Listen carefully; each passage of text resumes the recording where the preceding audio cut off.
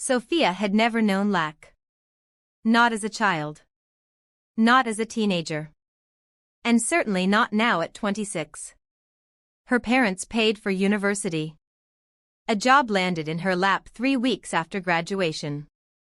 She had never missed a meal, never feared an eviction notice, never watched a loved one fade from sickness without insurance. And she was grateful. Truly. But lately, gratitude had begun to feel like guilt. Because every time she opened her mouth to comfort a struggling friend, the same words fell out. I've had lack on my side too. Everyone struggles. She believed it. Or she wanted to.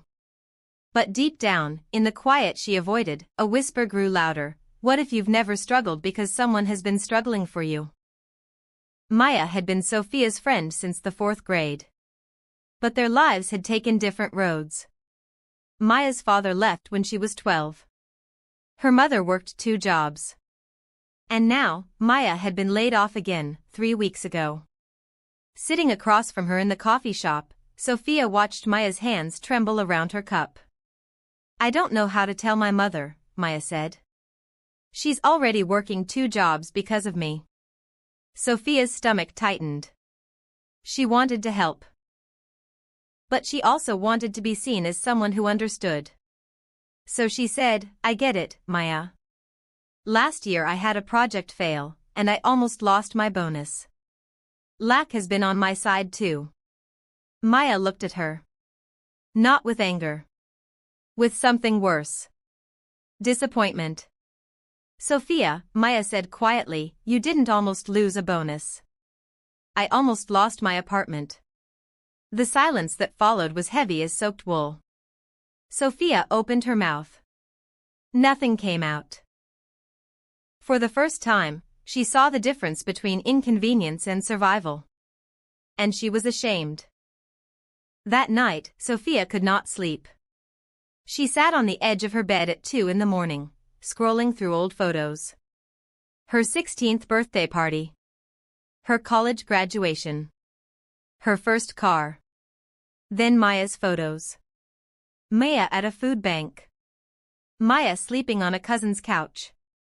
Maya smiling anyway. Why do I get to have ease, she whispered to the empty room, and she gets to have war? It was not a rhetorical question.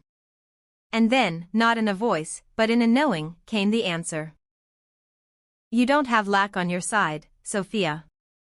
You have a shepherd. And shepherds carry the lambs that don't yet know they are weak. She wept.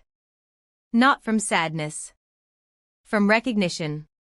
All those years she had called herself strong, disciplined, fortunate, when really she had been carried.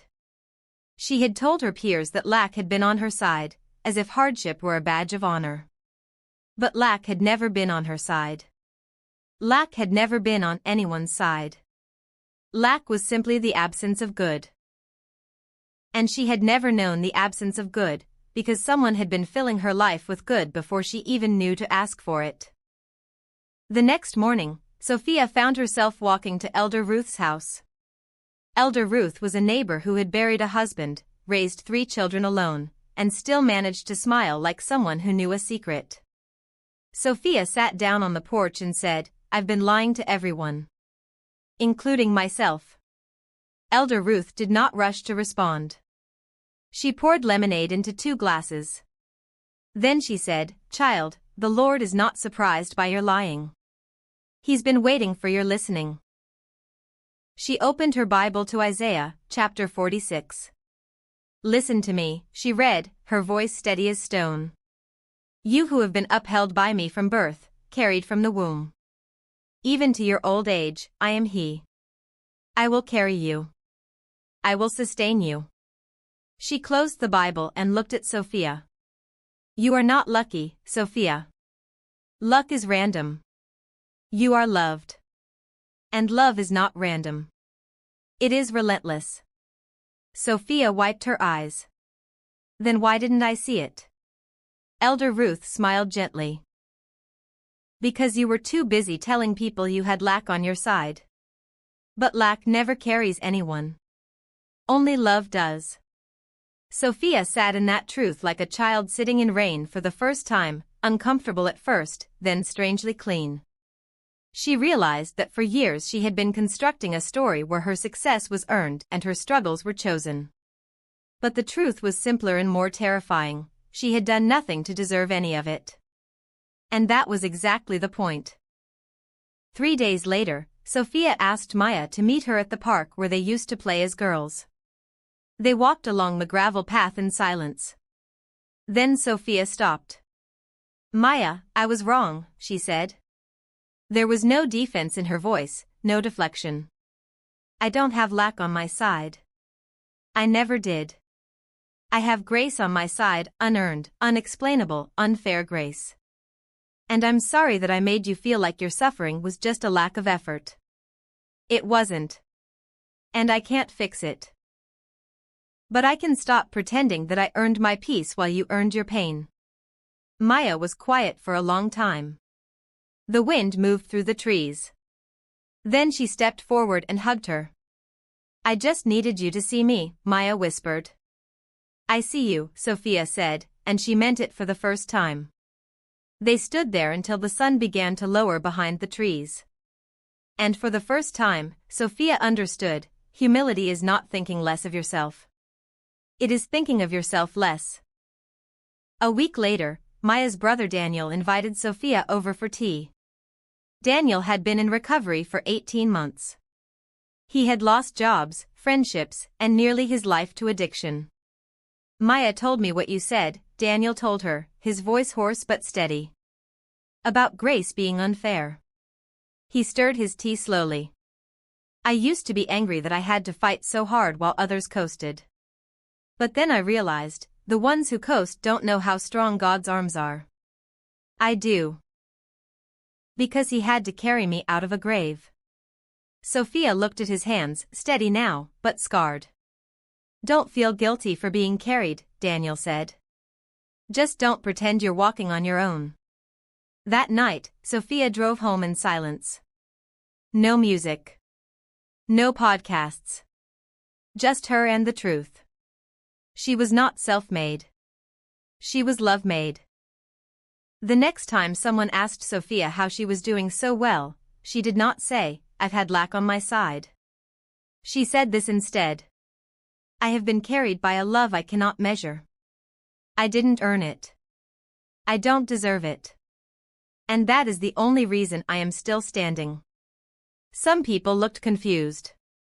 Others looked relieved. But Maya looked at her and smiled, a real smile, and said, "Now you're telling the truth. Lack is not a force. Luck is not a deity. But there is a shepherd. And shepherds do not keep score. They keep sheep." Sophia finally stopped keeping score too. She stopped comparing her struggles to others. She stopped pretending that her comfort was earned. She stopped telling the world that lack had been on her side, because lack had never been on anyone's side. Love had been on her side. A greater being whose love cannot be measured. A love that was there before her first breath. A love that will be there after her last. And for the first time in 26 years, she rested. Verse 1, Isaiah 46 verses 3-4. "Listen to me, you whom I have upheld since your birth. You who have been carried from the womb. Even to your old age, I am He. And I will carry you, I will sustain you." Verse 2, James 1 verse 17. "Every good and perfect gift is from above, coming down from the Father of lights, with whom there is no variation or shadow due to change." You are not lucky. You are loved. Share this with someone who still thinks they have to earn tomorrow. Thanks for watching. Kindly like, share and subscribe for more inspiring videos.